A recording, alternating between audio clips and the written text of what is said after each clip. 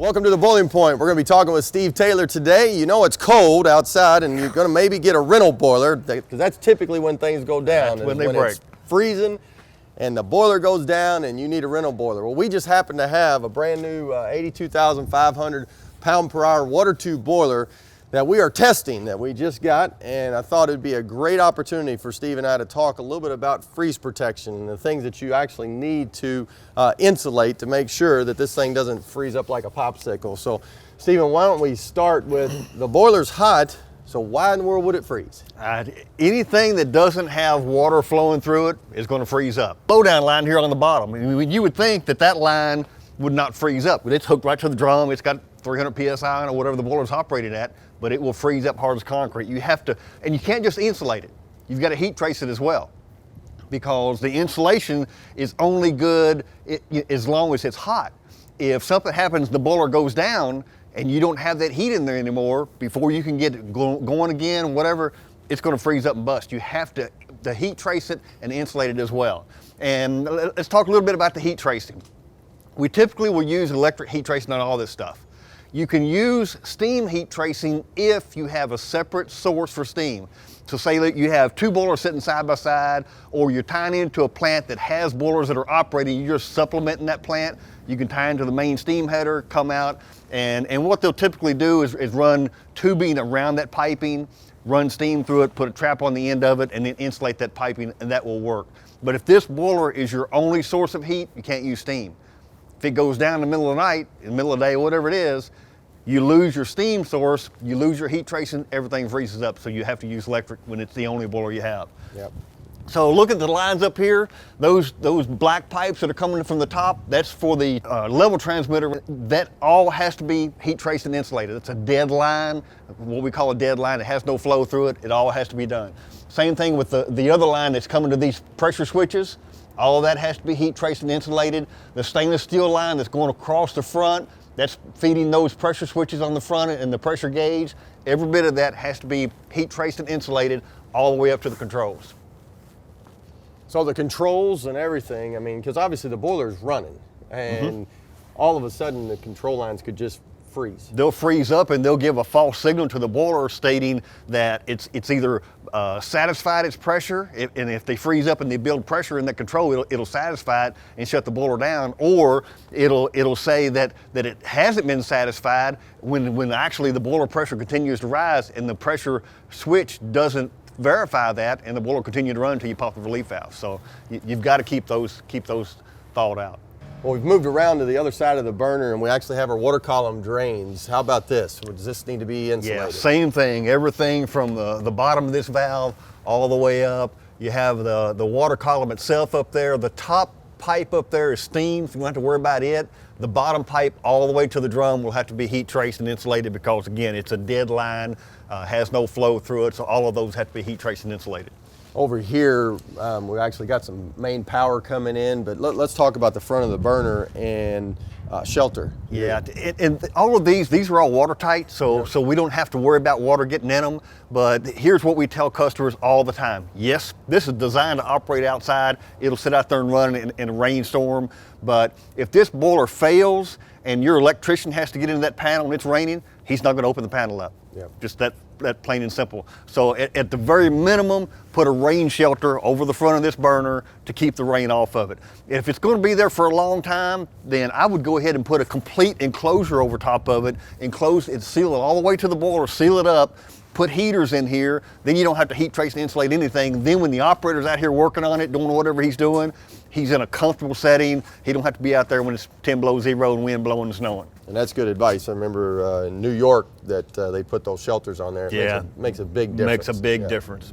Well, we've moved to the back of the boiler, and let's talk a little bit about the feed water. And pretty much everything back here is something that we probably ought to insulate. Why don't you go through that? Everything back here, the feed water lines, if the boiler's running, you're going to have water going through them, except when you're, a load condition, the feed water valve will close. But you still need to heat trace and insulate all that. If the boiler goes down, same issue. All this will freeze up. So this is the main feed water line coming in. Those pipes up there are going to the economizer. Same thing, all the way to the economizer. All of that needs to be heat traced and insulated. all this piping here, the bypass, because that's all dead leg piping, all the drains all the way down to this configuration here. Blowdown lines, same thing. It all has to be heat traced and insulated. You've got your surface blowdown line on the other side. If somebody comes along and shuts that valve off, same issue, that's going to freeze up and bust. So every line that has water in it or going through it, it should be, all of it has to be heat traced and insulated. And you're actually, why don't you talk a little bit about the insulation now of what you're actually doing? When you say heat trace, I think everybody understands that. Yeah. What's the insulation like? The insulation, you know, we've seen them do a dozen different things.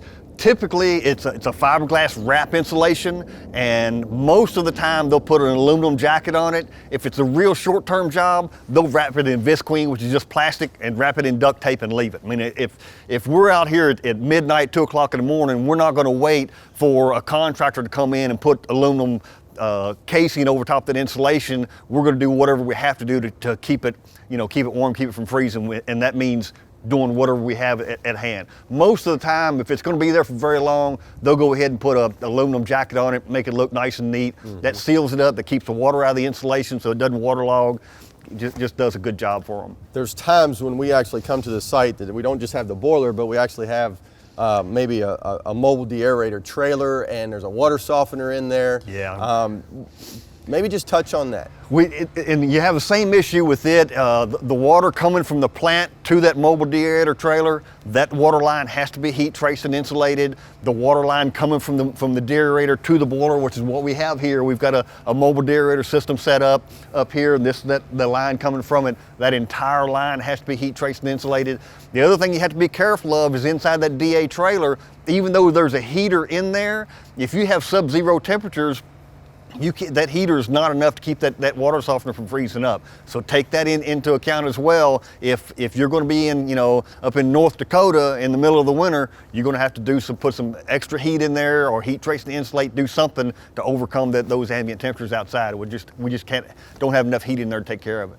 Now the rental's over and everything's starting to shut down. We probably get our biggest damage from that time. Yeah. What is it that they need to do to keep the damage from happening? Every valve in the unit, open it up. It doesn't matter whether you think it has anything to do with it or not, open it up. These are all drain valves here to drain these lines. You got another drain valve on the other side over there that's back behind there that's hard to see. If you don't drain that, this valve is closed, that line's gonna stay full of water. It'll be froze up and busted before it gets back to our shop. Again, we just had one come back yesterday. The pumps are frozen, check valves are frozen because they didn't open all the drain valves up.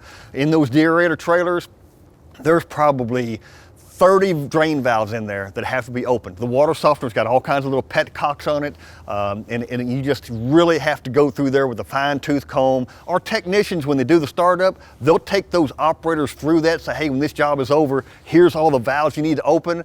But if that guy's on night shift, or if he's on vacation and somebody else is there, invariably it'll be a different person, and they'll forget to open them, and then we have problems with equipment being frozen up when it gets back here. Yep. We literally get equipment when it comes back. Sometimes, or actually when the truckers show up, they're having to get water out of the boiler, and things are already broke. And they'll pull across the scales and it's overweight. And they can't figure out why. Well, the boiler's still full of water. That's why. So it happens all the time. So make sure that you are getting all the water out of the boiler. Well, Stephen, we appreciate you stopping by. I hope that you don't have any of these problems now that you know about how to insulate a boiler.